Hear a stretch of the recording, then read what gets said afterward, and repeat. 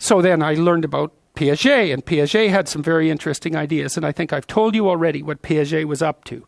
He wasn't a developmental psychologist. He didn't even regard himself as a psychologist. He wanted to reconcile science and religion.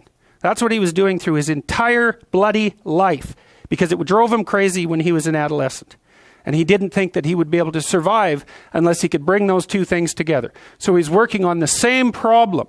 And so one of the things that Piaget, who was very prone to observation, he was an ethologist of human beings. That's a good way of thinking about it. An ethologist is a scientist who studies animals by watching their behavior rather than studying them under laboratory conditions. And he got very interested in the spontaneous emergence of morality in the play of children.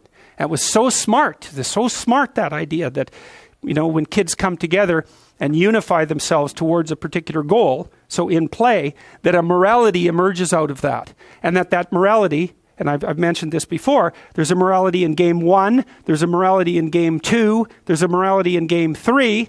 What's common across all those moralities is a meta-morality.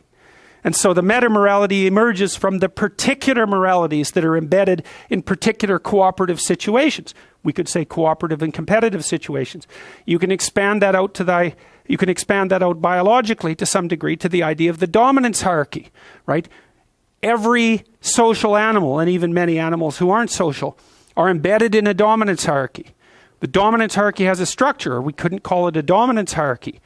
Dominance hierarchy A, B, C, D, E, thousands of them across thousands of years. You extract out from all of them what's central to all of them.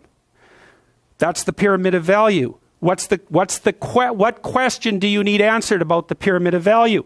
What's at the top? Because that's the ideal. That's the eye at the top of the pyramid, or the golden Buddha in the lotus. It's the same thing. It's the same thing as the crucifix, paradoxically enough. And it has to do with something like the voluntary acceptance and therefore transcendence of suffering.